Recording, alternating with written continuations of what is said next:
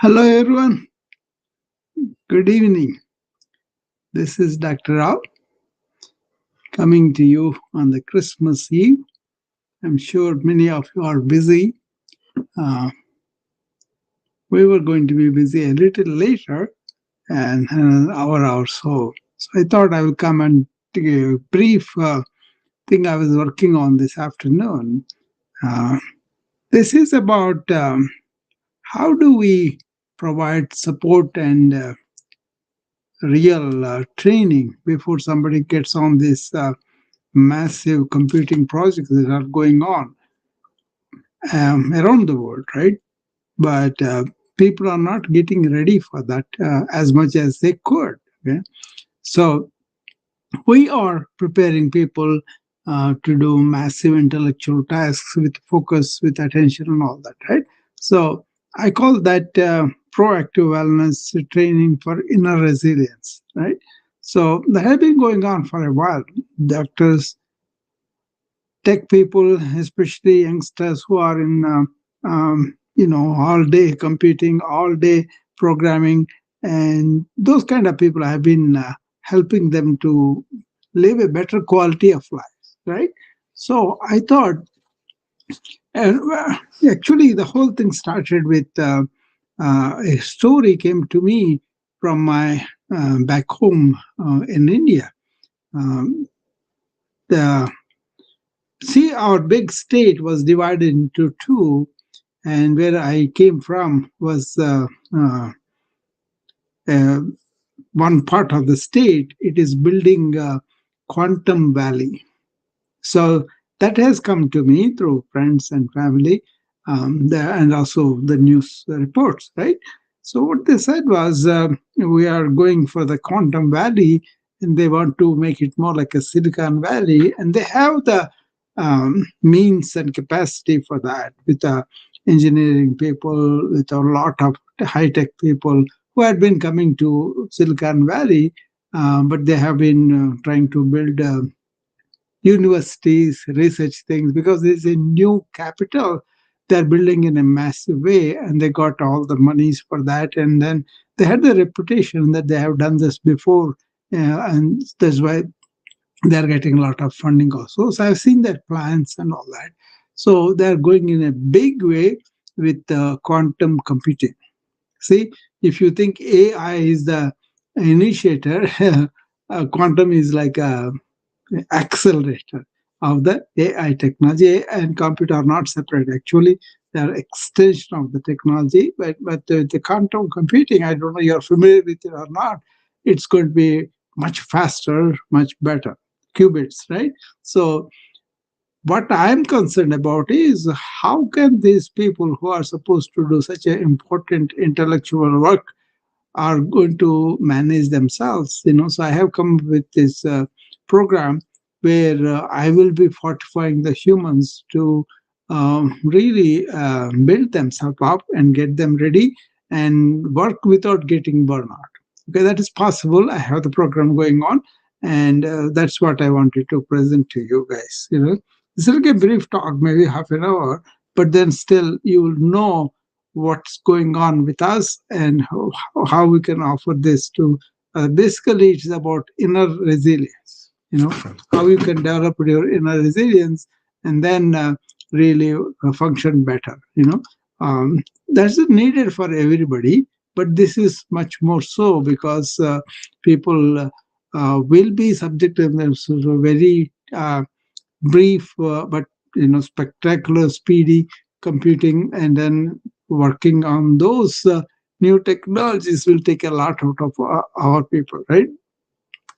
So if you take a next era of computing, see, we're really standing at a threshold, unprecedented computational capacity. That's the thing. Artificial intelligence systems are solving problems once we thought impossible. Quantum computing promises to revolutionize encryption, optimization, and molecular modeling. So, at scales we are barely imagine. Okay, We never imagined that. See, genomics research is unlocking the codes of life itself. I feel fascinated and we're following that. And then climate modeling demands processing power that can simulate entire planetary systems. They're on that too. And these breakthroughs require sustained human cognition, deep focus, and the capacity for long discovery cycles without burnout. That is what I'm trying to contribute with AI plus quantum genomic research and all that, right? So we will be seeing unprecedented times at the scale. The competition is going to be so heavy. We need to help the people who are doing that. Okay, so once you do that, then the encryption, optimization, AI plus quantum, on you name it, climate modeling, as I said, planetary systems are going to be created, and that will be wonderful.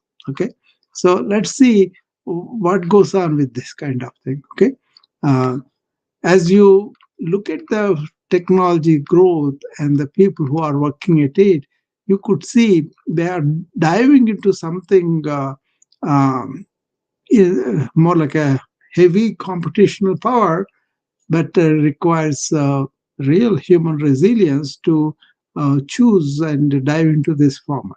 Okay, and people are getting into that, because they are given a lot of incentives for that, right? So let's look at that. Okay, as we you can see that even with the modern computing and modern work patterns, people developed a real constraint is being human. See, machines can run continuously, but the brilliant minds building them cannot. The machines that run continuously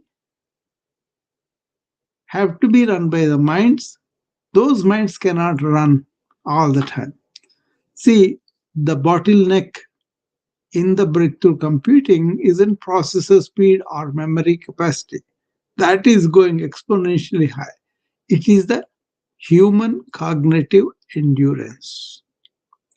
Long discovery cycles demand sustained attention, but our modern environment fragments focus relentlessly. Let's look at that.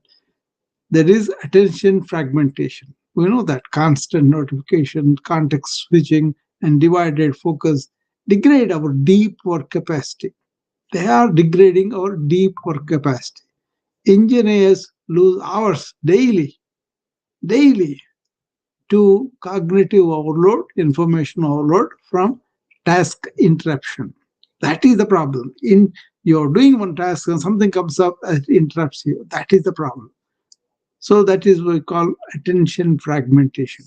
Okay, and then fatigue, cognitive fatigue, mental exhaustion accumulates faster than physical tiredness. Decision quality deteriorates as cognitive load increases. Throughout, there are marathon research sessions, right? These people work not just a few hours continuously, they have to work 72 hours, like that. And sleep disruption, right? Blue light exposure, deadline pressure, and then irregular schedules, they destroy restorative sleep. You may sleep, but then it's a very poor quality, right? So this poor sleep, the compounds cognitive decline exponentially. This is the biggest factor. And then people have emotional imbalance because high stakes research creates stress, anxiety, and emotional volatility. So if you do not manage the emotion properly, it clouds your judgment and reduce creative problem solving. That is the problem. They cannot really solve the creative problems when they're upset, when they're emotionally disturbed. And then the burnout risk. If you have long discovery cycles without recovery, that lead to complete cognitive collapse sometimes. People are exhausted emotionally, physically also. So brilliant researchers, they leave the field entirely, taking it irreplaceable expertise with them. They leave and then they also take the expertise with them, right? So this is the real constraint in this whole thing about scaling this computing and all that is a human constraint. Attention is fragmented, cognitive fatigue sets in, sleep disruption disturbs them, emotional imbalance disturbs them, and then burnout, and then they leave the expertise, go somewhere else, right? That's the problem. So I was thinking of all these things, how we can help them, right? As you see this, you will understand what I'm talking about, what we have been doing at the BFR, and what is available, and how people are not aware of it, and they may be able to use that if they are aware of it, right? That's what we are trying to understand. See, what is the infrastructure here is resilience. That is the strategic infrastructure. See, we must reframe wellness from optional luxury. Oh, I'm going to do because I don't have much to do. Not that. It should be from optional luxury to essential infrastructure, wellness. So, resilience, it can reduce system costs by preventing expensive burnout, turnover, and error cascades. It's not escapism, it is engineering the human substrate that makes discovery possible. Calm cognition, known to increase discovery velocity. The faster they discover, that is, happens in the calm cognition. So when minds operate from a balance rather than panic, pattern recognition really improves. So minds should operate from balance, not being panicky. Then the pattern recognition improves and they work better. So, creative solutions emerge from all this, from calm cognition, minds operating from the balance. So, several of the breakthrough insights they surface during moments of clarity. So you are thinking, suddenly you leave them and go somewhere. In that moment of clarity, when you left it alone, that's when insights happen to you. That's every scientist knows about it. It's not in the chaos. Okay, it had to be there's some moment of clarity, calmness, and all. So quiet minds build better compute. That is my conclusion, and everybody's conclusion too. So the most sophisticated algorithms they emerge from researchers with the cognitive space to think deeply. They have to have the space. So inner peace isn't a weakness; it is competitive advantage. And I built that inner resilience, inner calm, inner peace, inner happiness, inner satisfaction, all that. Basically, calming the mind in a way that's not going at its own place all the time. It has a cost. And also, people who engage in these jobs without thinking much, without getting into everything, they will be really having problems with that. Okay? So, what are the frameworks that are working on the inside? So, what are those inner frameworks? Let me list them. Okay. So, if you want to build resilience, what it requires is deliberate practice of fundamental cognitive disciplines. These are not abstract concepts, they are practical tools that reshape how your nervous system responds to complexity and pressure. So, when you are put in a situation where there's a lot of complexity, a lot of pressure, a lot of deadlines, and all that, the nervous system should respond properly. Okay. So, what are those practical tools that can reshape how your nervous system responds? Number one, awareness first thinking. Back to my familiar theme, right? Noticing your mental state before reacting to it. How many people are noticing their mental state before reacting to it? Metacognition, that one creates space between stimulus and response. So you allow conscious choice rather than automatic reactivity. Usually, what is we automatically react and then maybe we look at it later if at all we look at it. But not taking a break or breath and say consciously, I want to think about this. Hold on, I'm not going to react to the stimulus just like that. So you want to create a space between your stimulus, whatever is coming at you, and your response, right? If your awareness, your mental state, you notice that mental state before reacting to the mental state. Stimulus comes, immediately mental state reacts. Before that, you have to be aware of that. That is the awareness first thinking. And then alignment of body, breath, and brain. This we talk about. So integrating physical sensation, respiratory rhythm, and cognitive focus. When these three systems synchronize, body, breath, and brain, cognitive performance peaks and stress diminishes. This is the reason why I say you align your body to your breath and to your brain being here now in the morning, right? Morning routine. So that's number two. Awareness first thinking, alignment of three B's, and now responding over reaction, choosing deliberate action instead of impulsive behavior. Deliberate action, conscious action. So cultivating the pause between provocation and action that preserves energy and improves decision quality too. And then fourth one is you have to have a deep flow without agency leakage. What does mean is you want to maintain a complete absorption in work while preserving personal boundaries. Flow states, they amplify productivity. This is why I kind of talk about how to be in the flow and how I demonstrate me being in the flow. And like I'm talking to you now, I'm completely absorbed in what I have to say. That is when all these things come out. So flow states, they really amplify productivity without feeling that you have spent a lot of energy. That's when you are in the flow. But only when you control when and how you enter the flow states. A lot of people don't know how to be in the flow state, how to enter them, how to recognize they're falling out of it, and they're getting lost in the thought of whatever that comes to it.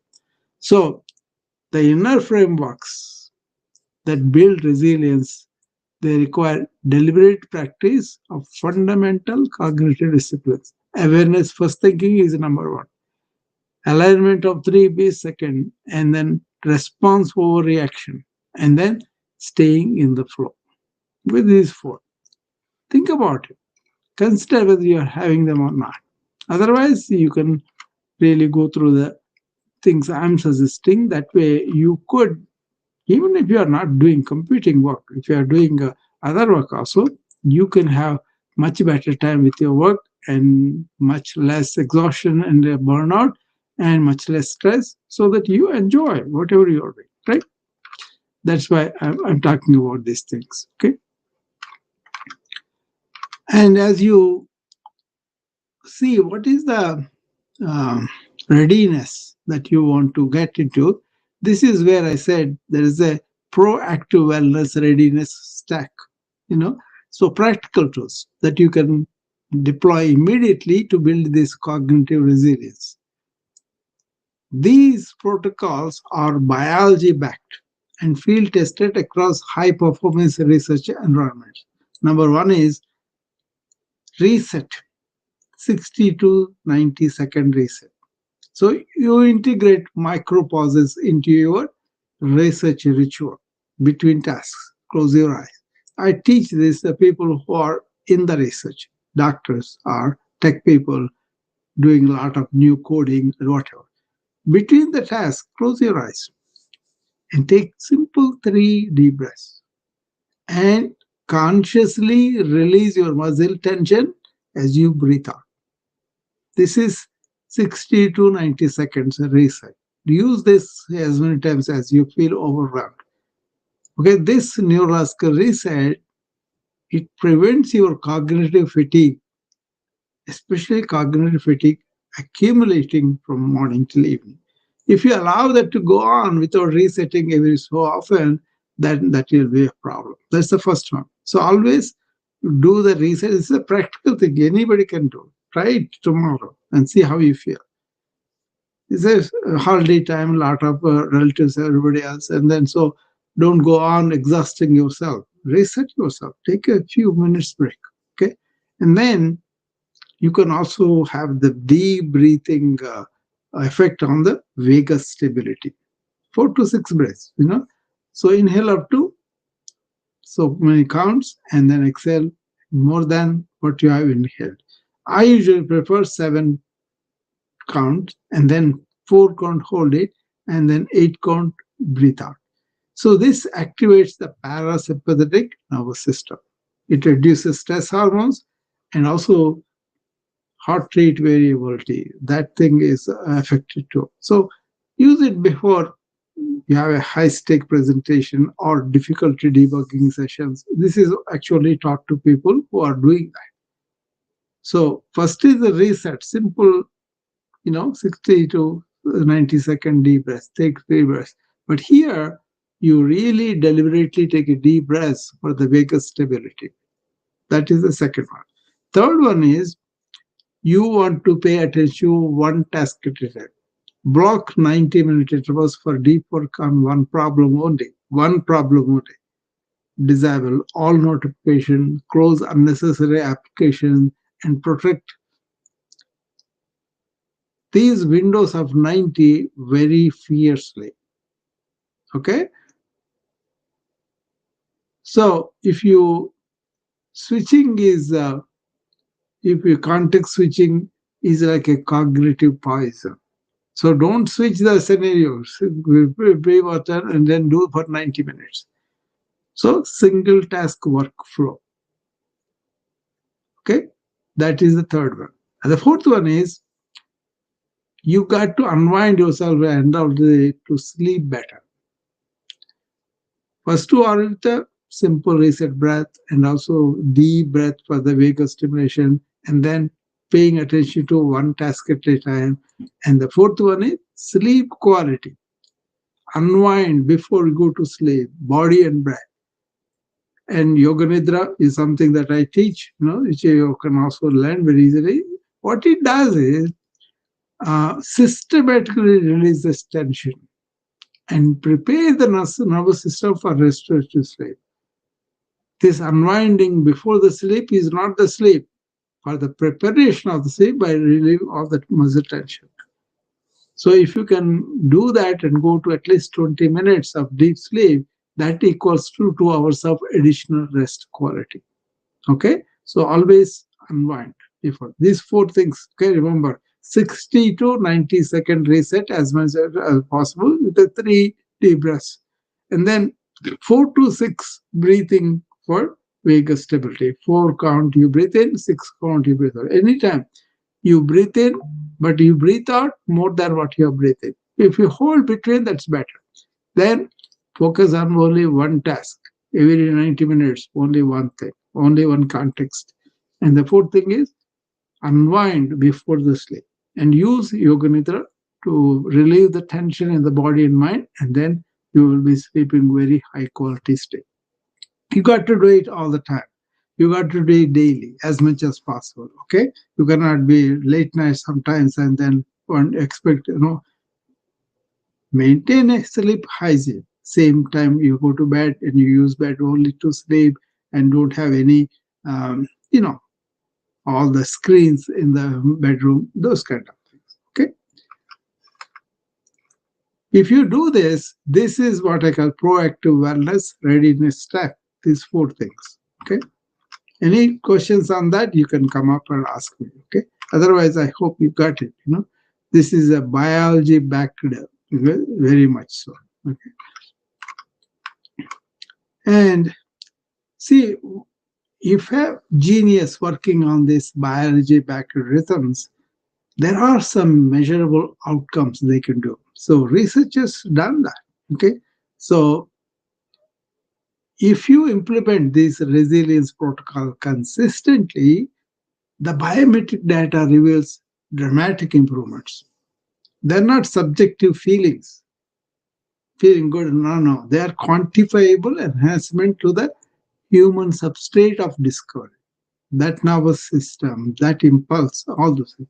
So sleep quality scores rise as unwinding rituals take effect. Focus time ratios improve when you do one task at a time, discipline. You replace the multitasking chaos. Okay. And then heart rate variability, it improves, trends upward, indicating enhanced stress resilience. Otherwise, heart rate will go up and down much more. Okay.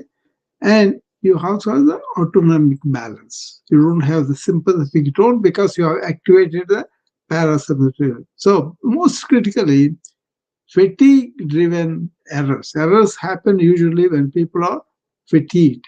Those errors really plummet. The costly mistakes that really plague most of the exhausted teams. Maybe repo is not good, or really people feel like they're not taken value, or whatever, right? So things get exhausted. When they exhaust, then costly mistakes are made. So misplaced decimals, inverted logic, overlooked edge cases, all these things happen when you are exhausted. And they decrease dramatically when cognitive results remain intact. You are not losing them. Okay. So you are emotionally stable, you are focusing better, and all that. Okay. So 38% increase in deep work after 12 weeks of resilience training, and 2.3 times faster problem solving. Complex debugging tasks are completed in the tech paper, and also 67% reduction in errors. Errors. Okay. The fatigue driven mistakes are eliminated, 67% reduction. Okay. This is actually shown. That's why I'm telling you that. Then as you really improve your biology back uh, and field tested across high performance, and research teams will really help you to solve things much better, and also you can really claim the whatever credit you deserve. So what I say, this is getting ready for not even AI extension of quantum readiness index, I call this.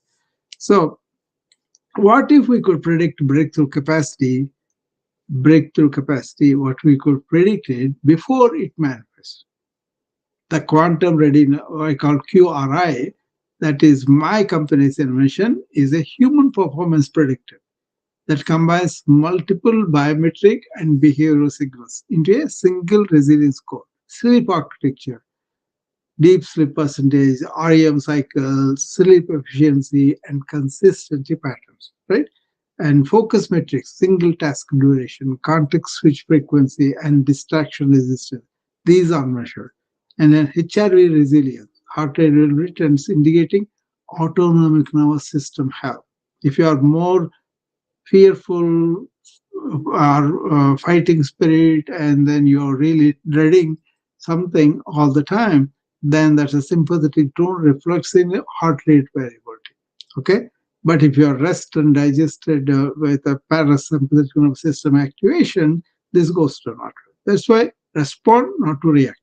And then stress response balance, cortisol patterns, recovery speed, and also emotional regulation. How happy go lucky you are, how easy you take it, how you let go, all those things. Okay.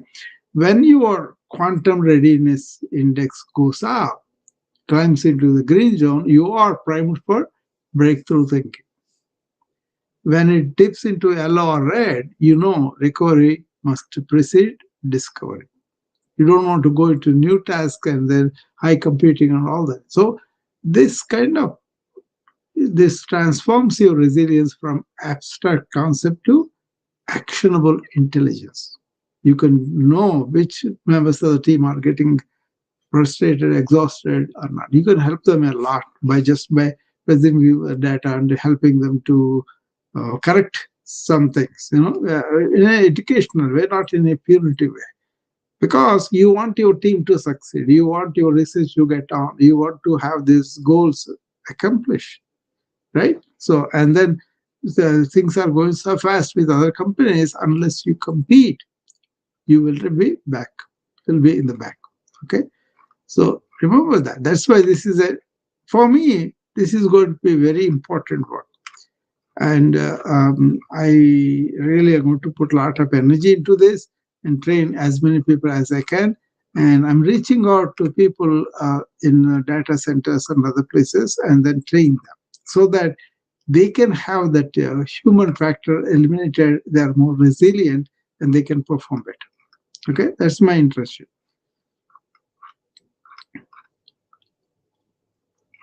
So as we conclude this talk, what I am trying to is remember that QRI, Quantum Readiness Index, is something that came out of my experience with the burnout of the doctors, stressed out IBT people, and also getting into AI, knowing what is going to happen with the quantum valley, and especially something is started in my neighborhood in India. I was very interested, so I'm going to help them, just to help them to really pay back life. So my message is the future of computing is human built, and the endurance of computing must be human enabled. What I think is quiet minds compute farther, they do much better, and resilient humans discover longer. That is what I think. That's why I'm going to deploy this with students, researchers, founders, institutions, and everyone who is building computing. So, students building foundations for a lifelong discovery, and researchers sustaining those breakthroughs that they have across long cycles. And then founders maintaining clarity through chaos. What is that you are doing? What is that you want to accomplish? Do you want to sacrifice your health while you are doing this? In institutions, they create cultures of excellence that can be sustainable, not losing them to other people and all. And then whoever is building the computing with the quantum valley, they will be shaping computational futures and how they are going to affect us. So the framework applies wherever humans push the boundaries of what is computationally possible, from academic labs to startup garages, from corporate research centers to open source communities. Resilience amplifies this discovery. I hope I'm clear. Okay. Any questions? Anything you guys want to come up and ask me? I'll be happy to engage you.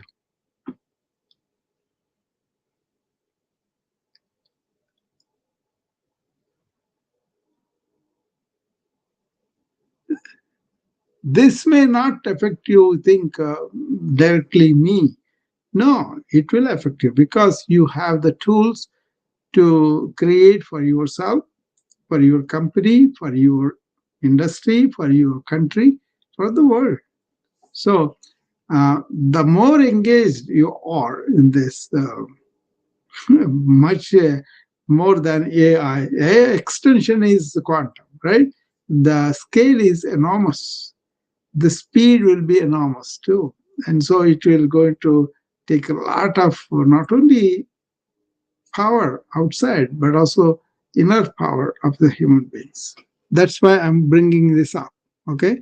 I'll be doing my work anyway, like I did with doctors. I'll be doing my work of readying these people for whatever work they are doing, and I'll provide them be better at it. Usually, unfortunately, they come after they have this problem of really, you know, having burnt out, having stressed out, having the resilience going down, and then they are ill from that too.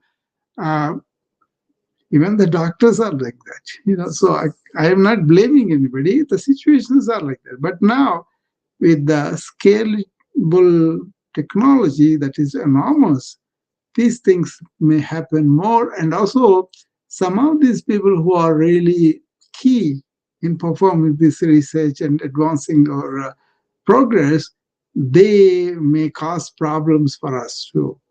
Okay, so think about that. So it is a kind of proactive wellness is always being proactive about things that can happen out of our wellness, and that's why I interfere early, right? If I do the morning routine, that is for making people be resilient inside of them. What do we do? We kind of, you know, get aware, and we get a alignment of our three B's: body, brain, and breath. And we deep breathe so that we don't have to react that much, but we activate our passive nervous system. And we, at work, what I tell, do one thing at a time. Don't open too many things on the EMR. So I tell the doctors that, and do one thing at a time. That will be very helpful. No multitasking. And also, don't let too many stimulations come into your mind. So all this have a commonality. Okay, what I'm doing in the morning report, to some extent improve the inner resilience. But if you come in the middle, and if you go and if you don't understand what is the routine meant for, why those integrated yoga practices are there, and eventually to make you better focused, better, really enjoying whatever you're doing because you're offering like a service, and coming home not burnt out, not stressed out, but more enthusiastic about your work. And go to sleep and sleep very well. So, anybody has any comments or any questions? You say this is not applicable to me right now. That kind of thinking has to really uh, change, and or you will be made to change. The things are so going so fast, and you will be a slave to the algorithms, slave to the governments who control a lot of technology, and also you may not be able to, protect your wellness. Okay, maybe a little bit into the future, but not really. It's already here. Okay, I don't know whether anybody heard me or anybody it made a sense. I can't see anything, any change in you guys. But I'm reaching out to the people in my capital in India, and also I'm reaching out to people around this United States, and I'll be focusing on getting their inner resilience renewed in many people, and also they have a understanding of how these things can affect their work, their life, their relationships, and everything.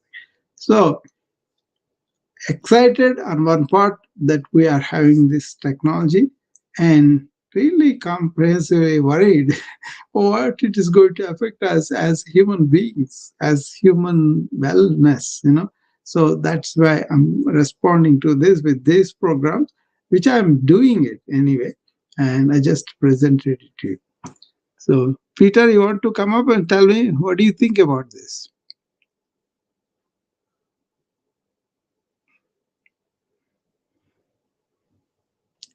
Maybe everybody is busy with the Christmas. That's why they don't have time for this kind of thing. I'll be presenting this again and again because I'm going to be expanding on the type of um, quantum resilience index, how you can develop that into the future.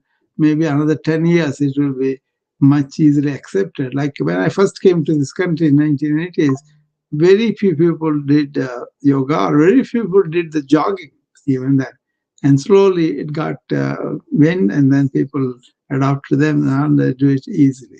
Okay, so this quantum resilience index is also going to take over, and people are monitoring their weight, monitoring their blood sugar, everything with the device.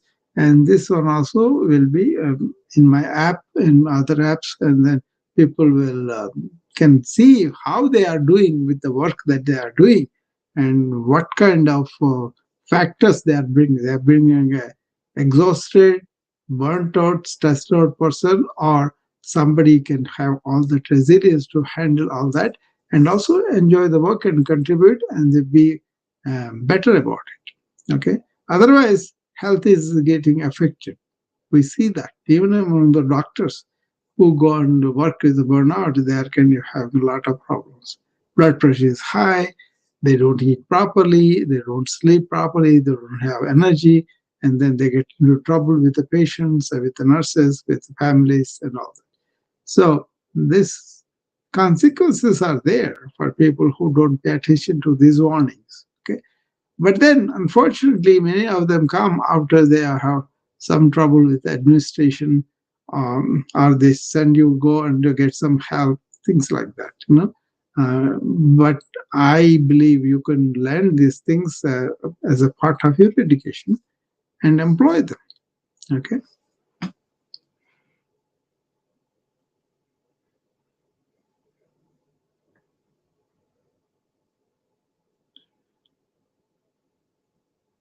Nobody is interested in this. I don't even have an indication anything made a difference for you guys.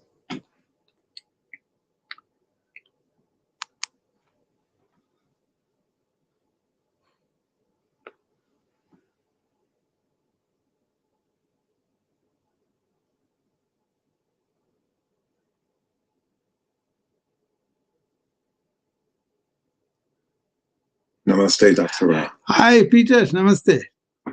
Happy holidays, sir. I am good. Did it make any sense what I'm talking about?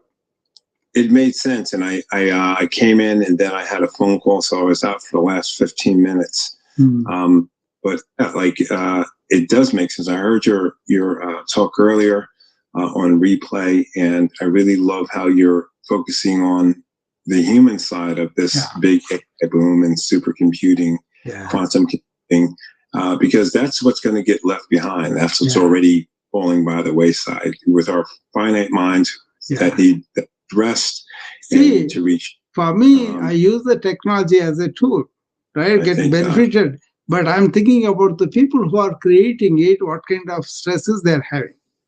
Yeah, sure. A lot of. And then they come late, Peter. Usually they come late.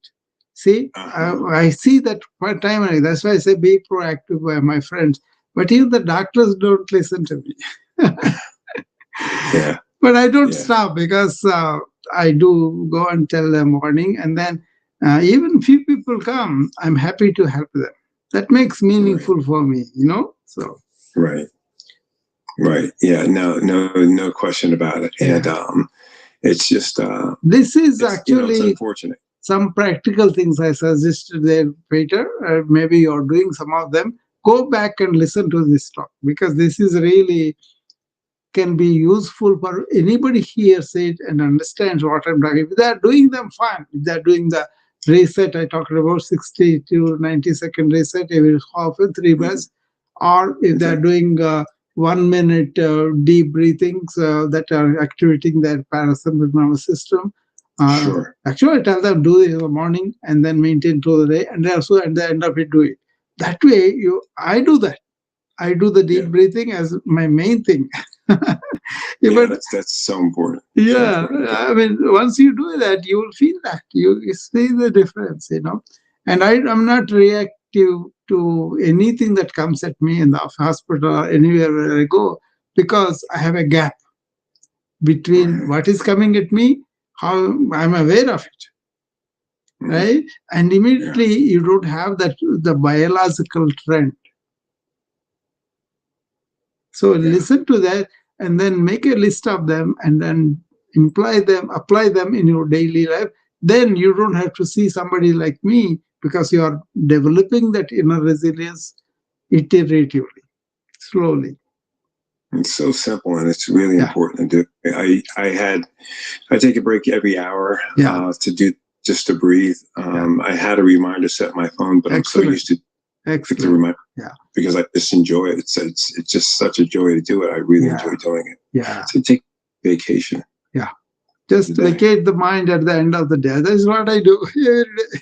Throw everything out. Yeah. All the all the praises, all the claps, or all the adulations, everything that, all the criticisms, all the fightings, everything. Throw them out and then go to sleep. And then go to sleep. Yeah, and then the sleep will do its job for cleaning up our mind and body. Simple things. But people watch movies and everything, then they sleep with the same images there. That's not helpful. Unwind before the sleep, maybe like an hour or 2 hours. If you take it, that's a valuable investment you have made into your system. It adds quality and literally years to your life if you do it. Exactly.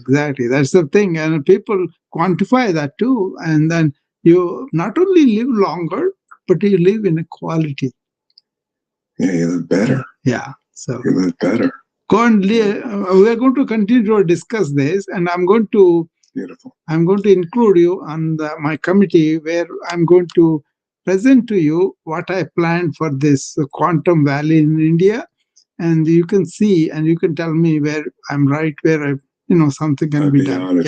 I'd be honored to. Thank you. Yeah. Thanks for having me up, Dr. Rao. Sure. Namaste. So let me see. I think Michael is here. Okay.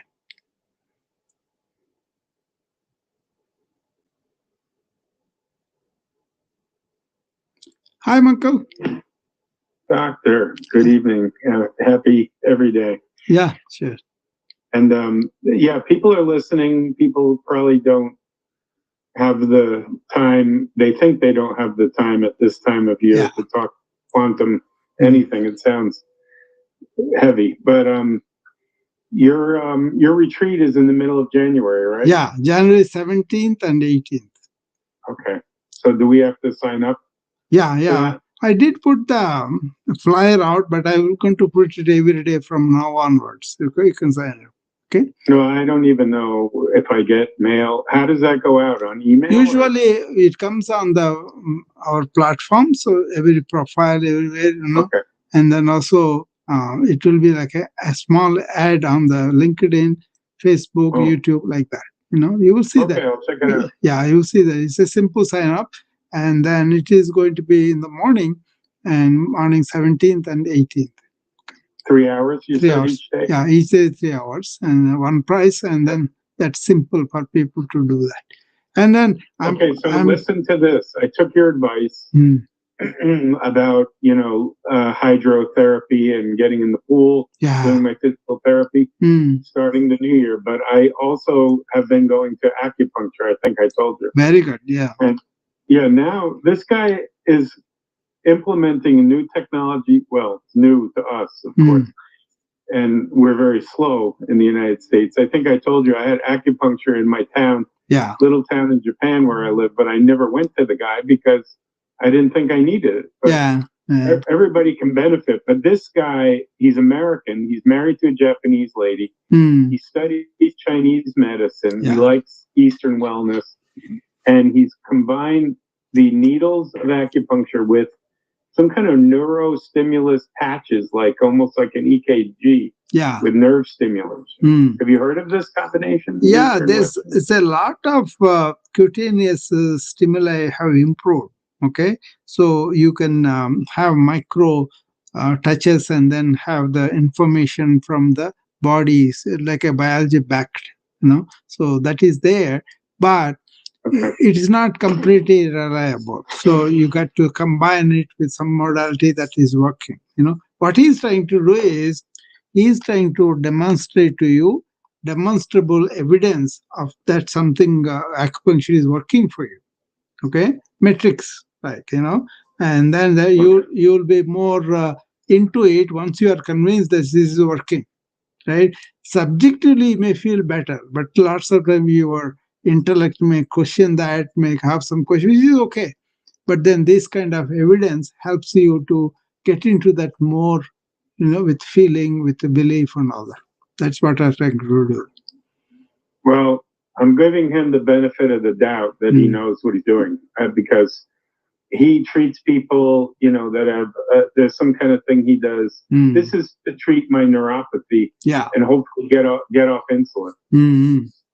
Totally, and with diet, but I'm not a compliant patient when it comes to giving myself. This is more like an energy metabolism, Michael. See, in yoga also they talk about prana around the body, right? In Chinese they call chi, right? So what they do is any blocks in that flow of energy, either because we are using the part improperly or our negative thinking is interfering, any number of reasons, right? Or you have the metabolic ill health, diabetes or anything like that. All these things can block that energy. That's why Reiki, acupuncture, yoga, all these things manipulate that energy. The more meticulous the practitioner is, the better benefit you get. Okay. So it depends upon the practitioner. So. Well, then I'll give you a report. When I definitely feel some difference. It's not so good because I go from neuropathy with no feeling, like numbness. Now I'm getting pain, which I guess is progress, because it's better than having no feeling at all. So something's happened. That's why diabetes get hurt on the toes and everywhere.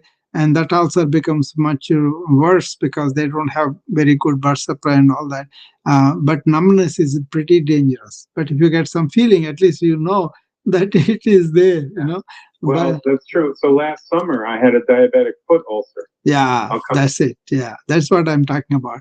The diabetic foot ulcers lots of times become cellulitis, and then they get into real big problem. Blood sugar goes up, and lots of people succumb to that. You see, that's not good. So that's why, as you said, from numbness to some pain is progress, but you are not yet cured. You're still having the usually the peripheral neuropathic system, the autonomic nervous system, as they notice impotence, as they notice lack of sensation and all that, it's much serious. Then you got to really do a radical diet and also some massaging, some kind of application of gauze and all of those things will help too. But acupressure is known to correct a lot of energy problems. So that may help you too. But you have to be consistent about it. So. It's only been a week, so But after three, and it's not cheap, and insurance doesn't cover it. Our country, they don't want to get people well, so it's hard. My morning routine, Michael. My morning routine is free. I know it's good. I know. Just to come and do it, and then listen to the instructions. I'll be dropping instructions. I don't want to overwhelm people. I want them to do it, but also understand why they are doing it. Then they will have more focus and they will get more benefited from that. No, you're right. It's an excellent program. I don't have the personal constitution to get there every morning, but I'm going to try. Because you taught me about butterfly and AEIOU. Yes. Meditation. And breathing. So all that components together should be enough. I'm going to focus on health in 2026. I know tomorrow is a Christmas day, but I'm going to do half an hour program, special program, because I want to show them what is a comprehensive yoga looks like in a short time. So that they don't have to come physically. They can listen to the recording later. But I'm going to do that as a Christmas present. Just Thank you. Let them enjoy. What time do you start? 9 o'clock? 8 o'clock. 8 o'clock Central Time, 9 o'clock Eastern Time. Yeah. All right, Eastern. Okay, because Merry Christmas to everybody. But your techniques are excellent. So I'll give a tip to people. They should keep it on your YouTube or your Facebook or YouTube page and watch YouTube, and then listen to the volume. Turn off the volume of one of the other, Zoom or Noom. Yeah, I mean, I do Instagram. Lately, I've lost the connection, but now I got it back. So I do that on that, and also on LinkedIn, YouTube, Facebook. Okay, they're all on the Restream focus. So they all come on the same channel, but then they go to different things. Okay. Well, the problem is we have no excuse to not listen to you. Yeah. And now And that's the good news and the bad news, right? So you're always there. Yeah, you can see that even on the I keep the replays, all of that. I don't delete them or anything. So No, people, I'm going to check it out. yeah, yeah. It's good for me too, Michael. That's why I come and do it myself, and for you also, all of you. Yeah, we hold each other accountable, right? But Yeah, yeah, we need to integrate more Eastern medicine. We need doctors to yeah. tell the insurance companies to accept it as a treatment Actually, modality. what happened was the ancients, better wellness principles than modern people we are. Okay, they managed somehow not to put these chemicals inside them, and then they use some Ayurveda medication late, not early. Okay, so they didn't make our body get addicted to the medications as much as possible. But Uh-huh. modern allopathy, all I know is give the prescriptions. That I change. Only make it when it is needed, not too much of it. But now Yeah. I myself don't take any medication because I don't need them, right? But you can come to anybody can do the natural stuff and come to a state where they may not have to take the medications that much. Even if your insulin goes down, that's good for you. Okay, you may not be getting off insulin completely, but you can reduce the dose initially. Okay, so these lifestyles thing, that's something they did naturally. We got to now understand and then really take away the bad lifestyles that is imposed on us as a society, as a culture. It's all over the world. It's not just only a particular country. So I'm doing my part, which I am following and also sharing with you guys so that you will be benefited by it. You're doing more than one man's job.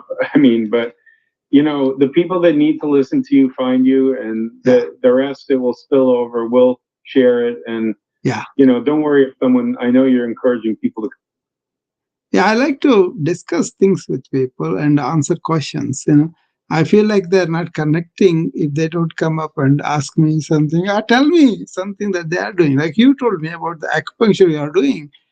Fortunately, I know about acupuncture. I understand the whole thing, and I've seen cases, and I have friends who are practicing acupuncture.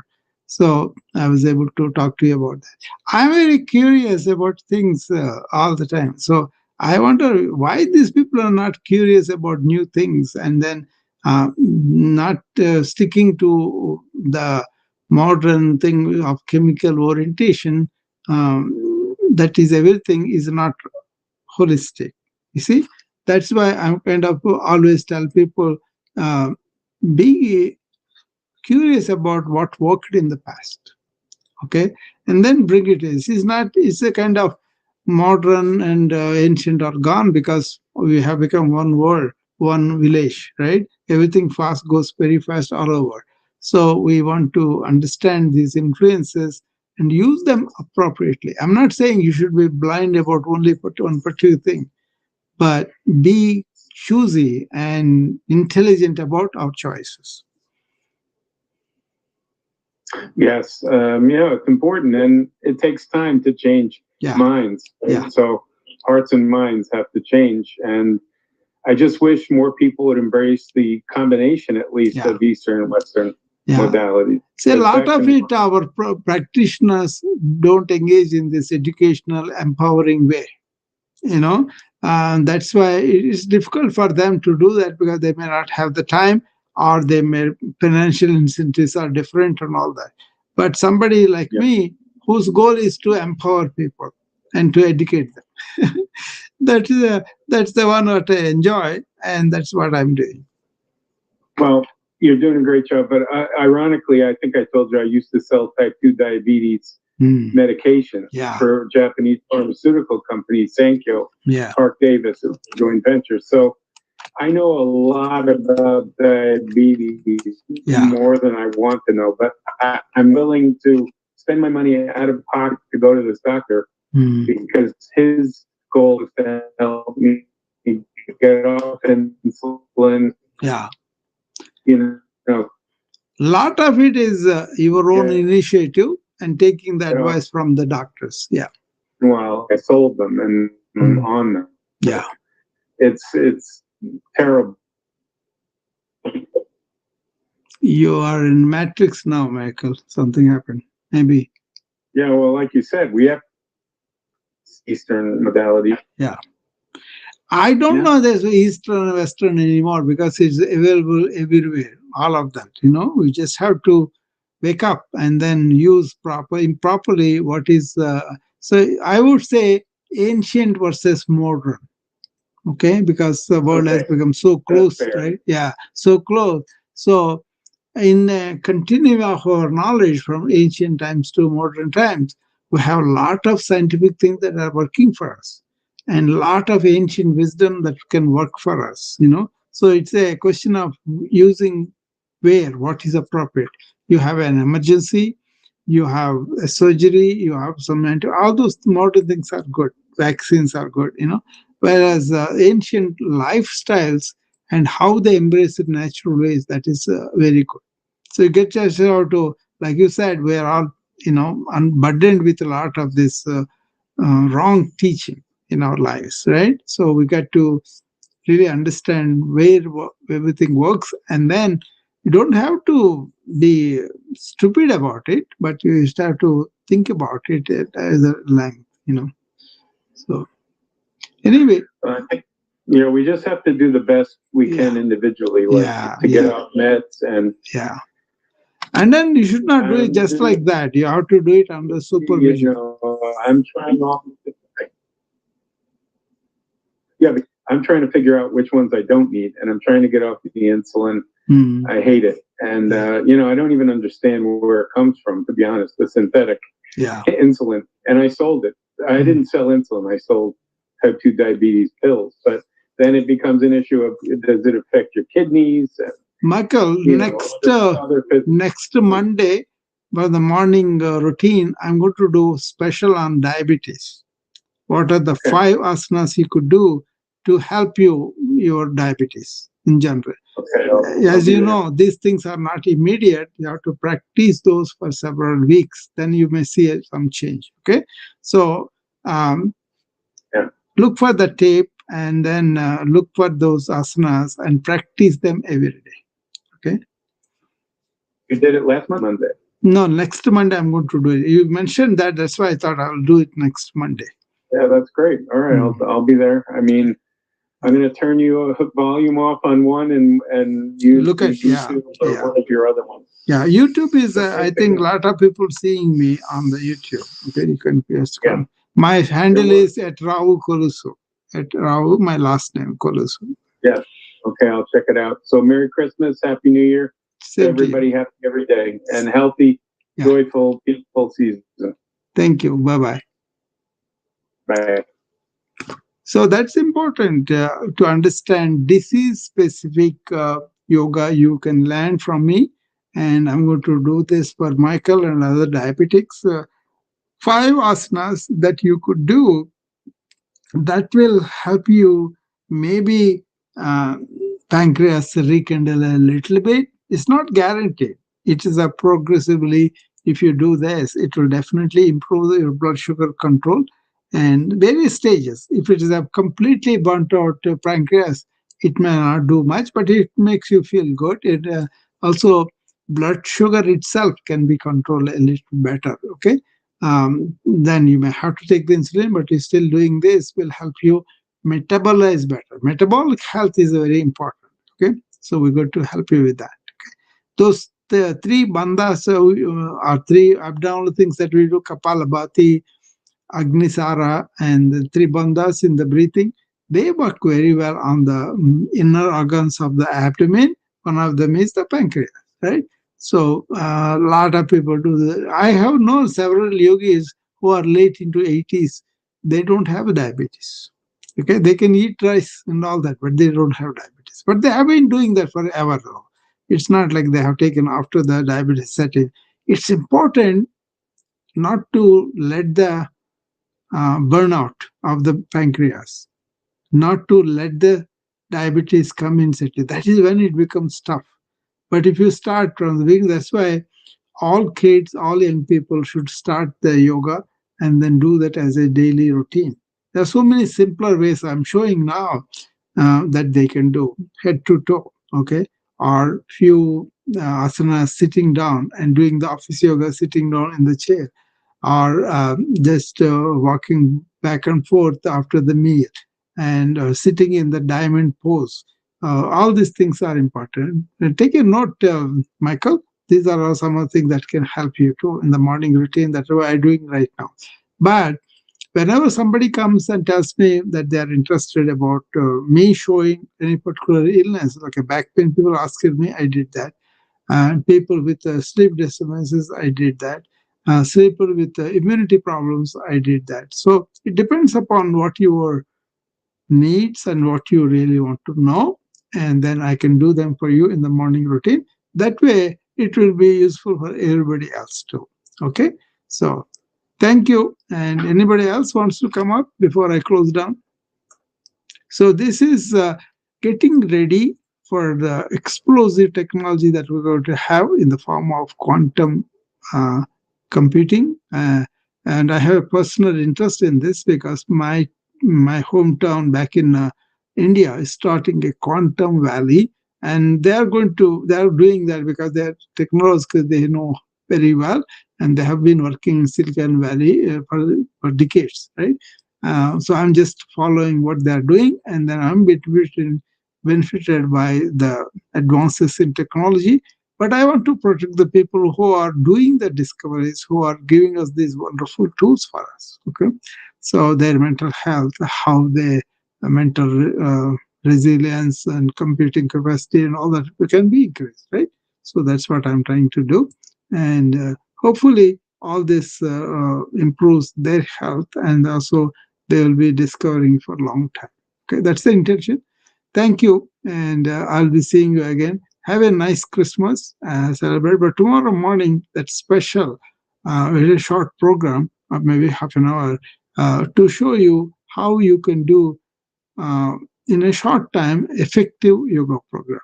Okay, and I'll be combining 3 or 4 things that you could do, and you can do for 5 minutes and repeat it if you want, or you can do 10 minutes and repeat 3 times if you want to. Okay, and that will be very good for you. Okay, thank you all for joining me, and I'm going to present this much more detail as we go along, and then you'll understand what my work is going on with the Quantum Valley in India, and you will see how we are trying to help those people who are discovering all these wonderful tools for us. Okay, one of my dreams is AI may come up with a solution with our climate. Okay, the vast planetary systems that they are exploring and then bringing it here is really fascinating, to study. Okay, thank you. I'll see you tomorrow. Bye bye.